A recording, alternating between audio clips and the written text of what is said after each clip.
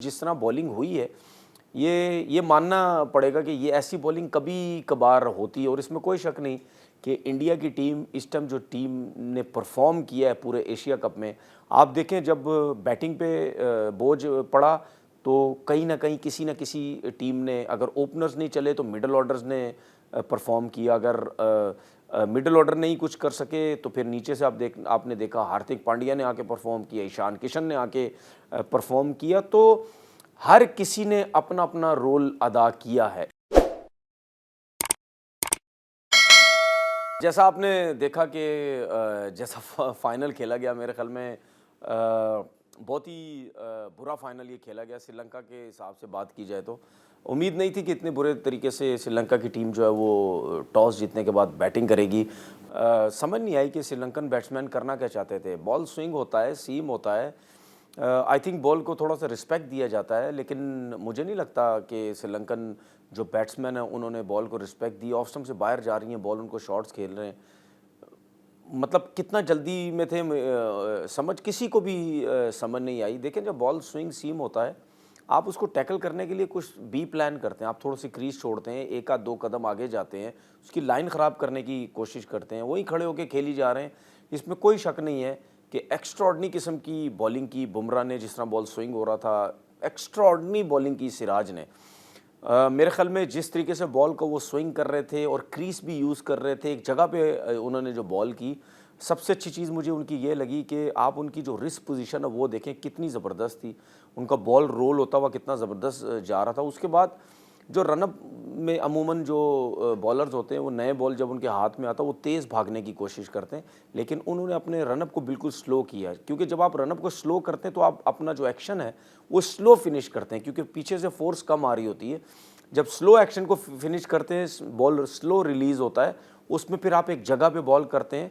उसकी वजह ये है क्योंकि अगर ये इस पिच में अगर थोड़ी सी सॉफ्ट पिच थी, उस हिसाब से उन्होंने जो रनअप स्लो किया हुआ था या बॉल उनका स्लो जा रहा था, पिच को हिट कर रहा था, उससे बॉल निकलता भी और बॉल स्विंग सीम भी होता है।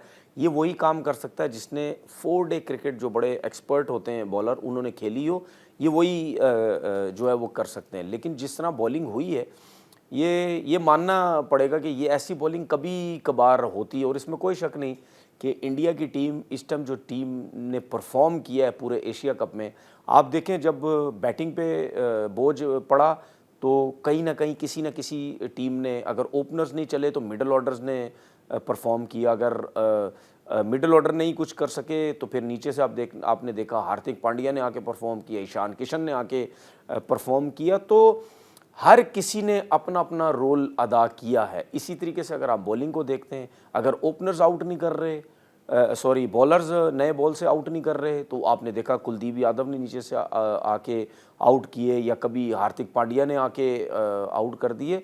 तो ये पूरा कॉम्बिनेशन जो बना हुआ है इस टाइम इंडियन टीम का, इससे ये ज़रूर पता चलता है कि उनकी वर्किंग जो है वो बड़ी ज़बरदस्त है। वो अपनी टीम के ऊपर बड़ा अच्छा जो है काम कर रहे हैं। अब उनके बैकअप देख लें, बैकअप कितने जो है वो ज़बरदस्त हमें नज़र आते हैं। अगर बुमराह नहीं खेल रहे थे, उनकी जगह शामी खेल रहे थे, अगर शामी नहीं खेल रहे थे तो उनके पास सिराज भी हैं, ठाकुर भी हैं, फिर ऑप्शंस बहुत हैं उनके पास।